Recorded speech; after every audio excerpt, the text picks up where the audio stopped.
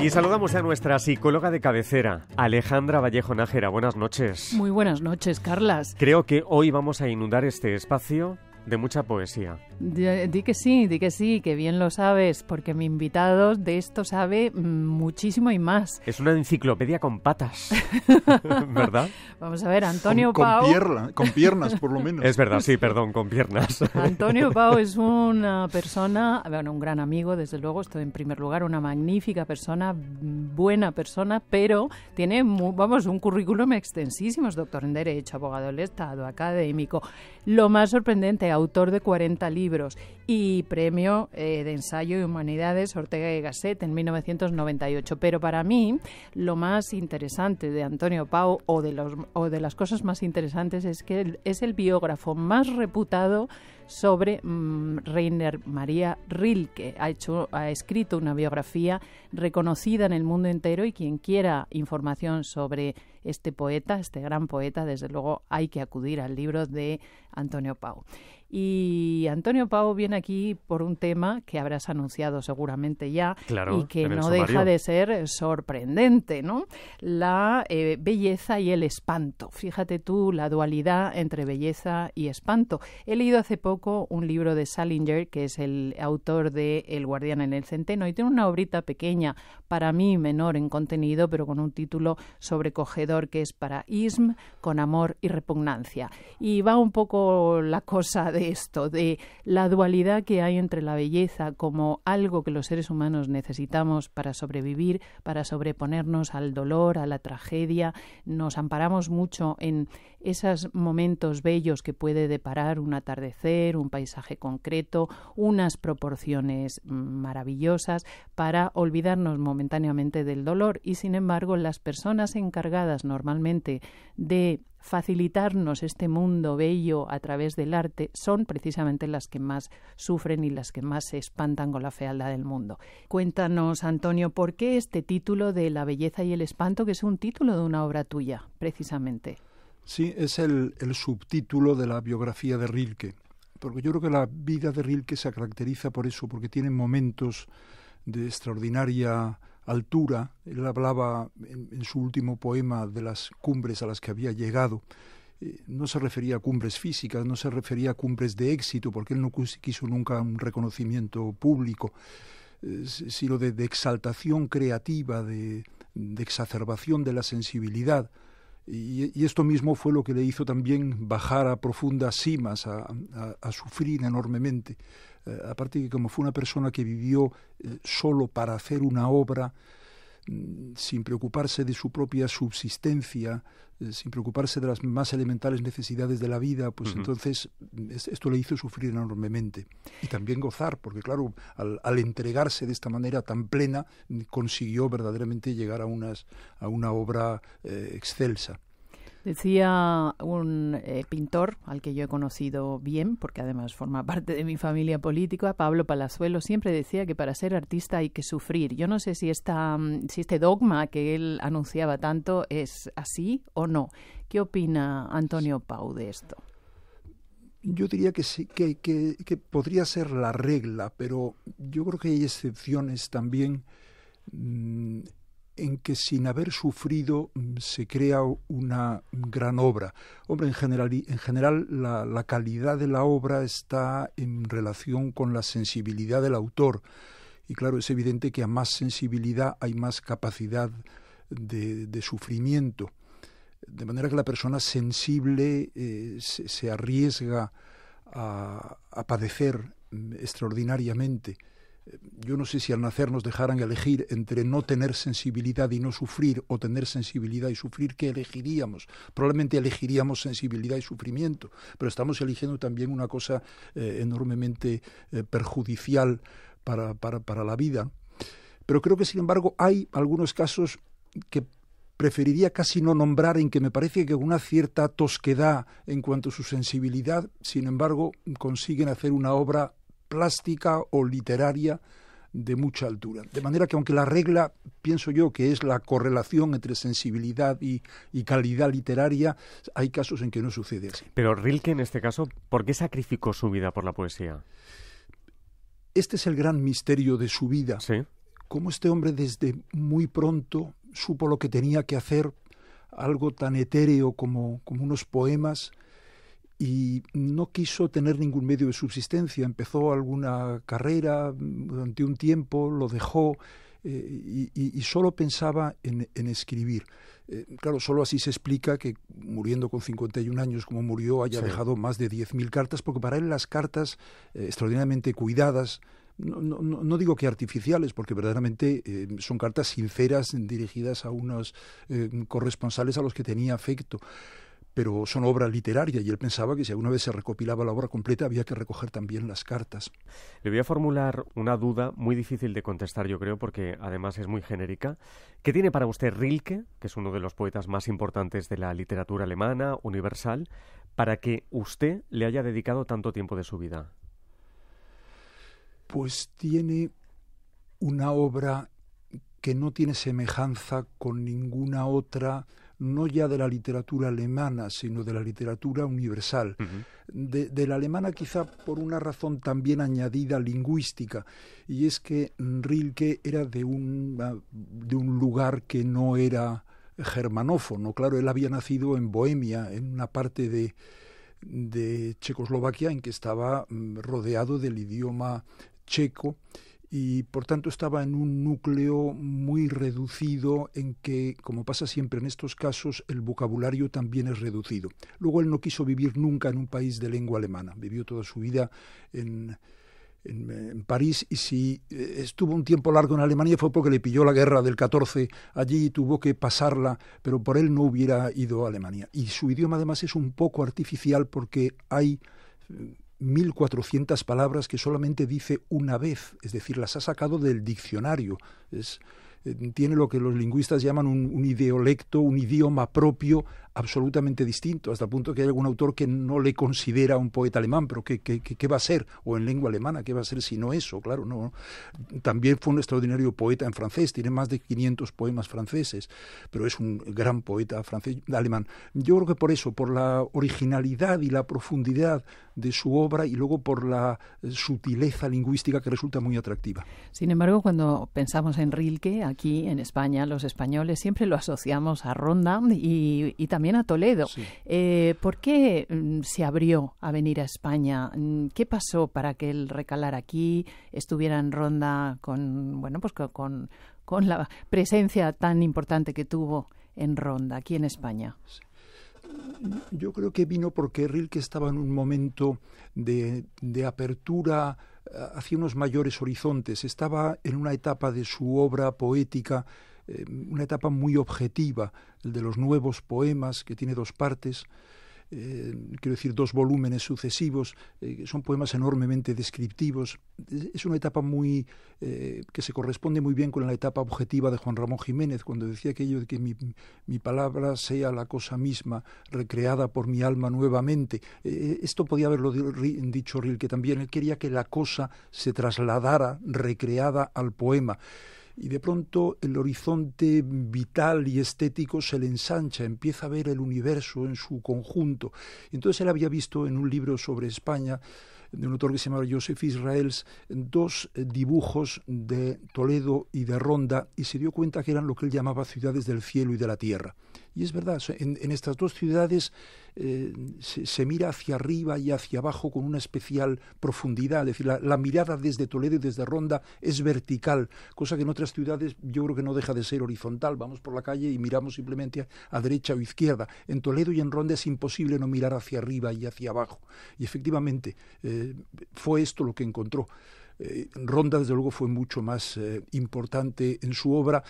Probablemente la maduración del resultado que se produjo en Ronda se había ido gestando en Toledo, pero desde luego la vivencia de Ronda es decisiva. Ahí hay un poema que es la trilogía española, en realidad son 3 poemas con una clara unidad que marca un cambio de rumbo absoluto, ¿no? Y luego en Toledo Rilke por primera vez entiende la música, cosa que no había entendido antes o no había querido entender en ningún momento. En todo esto, perdón. No, nada. Que Antonio Pau y yo, que coincidimos en millones de cosas, discrepamos sin embargo en una, en torno a la figura de Rilke, y ¿sí? la que fue su gran amante amante, que para mí es una heroína psicóloga, sin más. ¿Verdad? Me interesa. Lu Andrea Salomé, que es un personaje que a mí me fascina porque es la que le enseña a Freud el poder curativo de la palabra, o sensibiliza a Freud más bien hacia deja a las personas hablar y ya verás como hablando igual se curan un poquito mejor que como las estás tratando. Bien, esta mujer se vincula afectivamente a Rilke, fue su amante durante muchísimos años, además del amante de Nietzsche y además del amante de Freud. Era una mujer muy libre en una época en la que la mujer no podía casi ni respirar el aire que circulaba a su alrededor. Y sin embargo, creyendo yo que había sido una gran benefactora de esa psique complicada de Rilke, que probablemente en esa turbulencia emocional que él tenía, si no hubiera sido por esta mujer, quizás se habría quitado la vida. Antonio Pau discrepa conmigo y dice que fue una mala influencia. A mí me gustaría saber, porque hemos tenido ahora recientemente una película sobre la vida de Lu Andrea Salomé, muy mala, por cierto, a mí personalmente no me gustó nada, pero sin embargo es un personaje que sin duda alguna me fascina. Venga, Antonio, ¿buena retrátate. o mala influencia en Rilke? Vamos a ver, me alegro mucho de tener esta ocasión de poder debatir públicamente con Alejandra sobre esta figura. Lu Andrea Salomé fue indudablemente una mujer enormemente inteligente, enormemente valiente para su época, excelente pensadora. Su estudio sobre el narcisismo es extraordinario, su biografía, mirada retrospectiva, es fabulosa. A poco tiempo de morir, dijo Freud de ella, que era una persona a la que todas las debilidades le eran ajenas. Era una mujer de una dureza extraordinaria. Y uno de sus muchos amantes, 2 de los cuales se suicidaron por ella, dijo que era absolutamente inconsciente de las consecuencias de sus actos. Y lo decía Paul Bier, que era un gran psicólogo. Y ella que había escrito un libro sobre el narcisismo, precisamente, ¿no? Y luego su gran amiga Cordelia Köpke decía de ella que era ein eigenwilliges Wesen, que es un ser eigenwillig, que se puede traducir, eigenwillig es, eigen es propio y willig es voluntad, que actuaba solo con la voluntad propia, no sé cómo se podría llamar esto, caprichoso o autónomo, no tenía más regla de conducta que su propia voluntad, todo lo demás le daba absolutamente igual.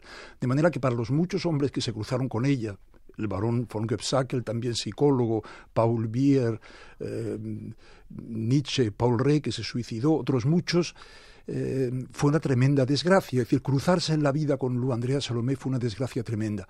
Para empezar, con su marido. Y además tuvo el sadismo de que le casara un pastor protestante, Bayot, que había sido amante suyo y que seguía enamorada de ella, ¿no? ¿Qué tenía esta mujer, Antonio, que enamoraba a todo el mundo? Quizá a lo mejor lo que me gusta de ella es que... su independencia, su extraordinaria inteligencia y su independencia. Claro, y al mismo tiempo, ¿no crees que el varón, quizá en ese momento histórico, en cuanto tenía una mujer ya quería poseerla todo el tiempo, incluso su inteligencia también, y claro, a eso ella por eso no luego estaba todo dispuesta. salía mal, claro. Sí. Claro, ella, o sea, eso no, o sea, tú comparte conmigo, pero eso sí, no me quieras dominar incluso lo que pienso. Hombre, yo creo que si era consciente, y podía haberlo sido muy pronto, de las consecuencias de su conducta, podía haberla cambiado. Es decir, si ella sabía que se enamoraban de ella y se suicidaban por ella, podía haber intentado que esto no siguiera sucediendo, y sin embargo sucedió hasta el final de su vida. Afortunadamente con Rilke pasó absolutamente todo lo contrario. Rilke le debe muchísimo a Lu Andrea Salomé. Para empezar, le cambió el nombre. Rilke tenía un nombre ridículo, se llamaba René, y se lo cambió por Rainer Maria Rilke, que suena maravillosamente. Le enseñó la cultura rusa, que para Rilke fue decisivo. Rilke escribió 14 magníficos poemas en ruso. En fin, le abrió el horizonte, le llevó a ver a Tolstoy, que también fue decisivo en la vida de Rilke. Le trazó el camino. Yo creo que no se enamoró de él. Yo creo que es una relación parecida a la de Pigmalión y Galatea, solo que aquí sería Pigmaliona y Galateo. Es decir, era obra suya. Rilke efectivamente está además en una edad en que se está formando. Y entonces tenía ese amor hacia la obra propia, y además una obra con extraordinario éxito. Pero no creo que fuera amor, porque me parece que Lu Andrea Salomé era absolutamente incapaz de amar. Y claro, el único caso en que fue abandonada fue por Rilke. Rilke no se ató nunca a ninguna mujer. Rilke seducía a todas, alguna vez me lo explicarás, Alejandra, tú que eres especialista en psicología de la seducción, porque no se entiende, o no entiendo yo, como una persona tan escuchimizada, tan mínima, en fin, y tan apocada, porque en público hablaba muy poco. Sin embargo, mujer que se le cruzaba, mujer que se enamoraba de él. Y ya bueno, digo, es que las mujeres somos sensibles a lo que se nos dice. Creo que, eso que el lenguaje. Bueno, a una mujer le dices cualquier cosa bien dicha y ya está. Mujer y hombre, todos las de fe. Los hombres sois mucho más vulnerables, más sensibles a la vista, a lo que veis. Nosotros a lo que oímos y lo que se nos dice, y es que nos lo creemos. Esto es lo malo para algunas, ¿no? Pero vamos a seguir hablando ya no tanto de Rilke, que por supuesto siempre está latente en esta conversación con Antonio Pau, sino con la sensibilidad, con la belleza, con la poesía. ¿Por qué Antonio sigue siendo la persona sensible tan proclive a emocionarse de noche? O sea, ¿qué hay entre la noche? Hablamos de belleza y espanto, amor y repugnancia, que lo llama Salinger. ¿Por qué en esta dualidad las personas creadoras, creativas, trabajan frenéticamente de noche? ¿Qué tiene la noche? Sí. Probablemente el misterio de la oscuridad y el silencio. Facilita el recogimiento interior, facilita captar la vibración más íntima de la sensibilidad. No es como la mañana, en que es muchísimo más agitada. Creo que lo mismo sucede de madrugada. Hay muchos escritores que escriben de madrugada, pero por lo mismo, porque tanto la última hora de la noche como la primera de la mañana son momentos de silencio. ¿Hay algo de misticismo también? Sí, misticismo, es lo que él buscaba laico, veces, ¿no? Elevación espiritual, como si dijéramos, sí. Yo creo que eso es el momento de la intimidad. Sí, que no tiene nada que ver con la religión, ¿verdad? Exacto. Es eso, la intimidad, como dice Alejandra. La intimidad, porque en el romanticismo todo sucedía siempre de noche. Me imagino, pues eso, Lord Byron y toda esta época del romanticismo, que sigue siendo así. Cuando las personas hablan de romanticismo siempre hablan un poco de ese momento íntimo, silencioso, pausado, sin prisa, donde te puedes comunicar plenamente con alguien, y esto lo facilita la oscuridad, claro, lógicamente, ¿no? Claro. Donde probablemente se acentúan los sentidos más que con la trepidación del día. Bien, seguimos hablando de Antonio Pau y toda su extensísima obra. Antonio, no sé si naciste o viviste durante muchos años en Tánger. Eso que ahora nos es un mundo un poquito ajeno o que está en decadencia. Uno va a Tánger ahora y ya no es el glamour que Antonio Pau nos retrata en el libro de recuerdos de su infancia, que se llama Tánger entonces. ¿Cómo era Tánger entonces? Sí. No, yo nací en un pueblo de Toledo, pero no tengo recuerdos previos a Tánger. Para mí los primeros recuerdos son de Tánger. Yo viví más o menos 10 años allí. Para mí son los 10 primeros años. Y era un lugar muy especial porque creo que no ha habido nunca en la historia, y veo poco previsible que lo haya en el futuro, un territorio, en realidad una ciudad y su territorio circundante, más o menos de 350 kilómetros cuadrados, que no era de nadie. La autoridad allí eran los cónsules, una especie de asamblea de cónsules de los distintos países, a cuya cabeza había un administrador que necesariamente tenía que ser de un país pequeño para que tuviera poca influencia. Podía ser de Luxemburgo, de Bélgica, lo cual quiere decir que no había control ninguno. Y es curioso que pueda vivir una sociedad absolutamente feliz sin autoridad. Este sería un argumento práctico para los anarquistas extraordinario, porque no había gobierno, no había nada. Se podía llegar allí y ejercer como médico sin traer ningún certificado. Por supuesto, el concepto de homologación de títulos allí era inconcebible, porque no había que homologar nada, no había que traer nada. Se podía ejercer cualquier profesión. Y luego además allí convivían felices todos los que habían perdido la guerra, los nazis, los fascistas, con los que habían huido, con los judíos, convivían allí en una armonía perfecta. Y también con los musulmanes. Y además en el caso de Tánger se da una particularidad que no se daba en otros países de Marruecos o del Magreb en general, y es que la Medina, es decir, la ciudad antigua árabe, era cosmopolita también, se vivía allí. Cuando yo pienso que mis padres, cuando hicieron un par de viajes exploratorios antes de decidir que nos quedáramos a vivir allí, fueron a un hotel que todavía subsiste, que se llama Almamora, que está en el Zoco Chico. Resulta increíble que un occidental pueda estar allí más allá de las 6 de la tarde o de las 7, porque aquello ya parece una ciudad fantasmal y desde luego absolutamente africana y ajena a toda la cultura occidental. Sin embargo, bueno, allí Saint-Saëns escribió muchas partituras sentado en una silla de mimbre de uno de los cafés del Zoco Chico. Era un mundo absolutamente occidental. En las demás medinas no pasaba. Eran ciudades estrictamente amuralladas, árabes y intransitables o solo fugazmente transitable por los visitantes. De manera que era un lugar extraordinario y irrepetible. Por eso yo creo que todos los que hemos pasado por Tánger en aquella época tendemos a contarlo y a contárnoslo, aunque lo hayamos vivido unos a otros, para compartir aquella experiencia única. Antonio, esta noche no tenemos más tiempo, Alejandra. No hay más tiempo. No hay más tiempo, solamente un apunte. Pero lo volveremos a invitar, ¿eh? Sí, solamente un apunte por dejarle a nuestros oyentes con la boca abierta. Antonio Pau, ¿sabes con quién convive? Con una serpiente pitón. ¿Qué dice? No, o una boa constrictor. ¿Qué es? ¿Serpiente pitón o boa constrictor? Serpiente pitón. Serpiente pitón. Y encima va y dice que es cariñosa. O sea, con eso les dejo. No. Yo no me fío nada. Yo a su casa no voy, Antonio. Con eso les dejo. Fíjense qué personaje ha venido hoy aquí. Sí, por eso. Otra noche vuelve. Antonio Pau, muchísimas gracias. Gracias a ti, Carles. Buenas noches. Gracias. Y Alejandra, hasta la semana que viene. Ya mismo. Adiós.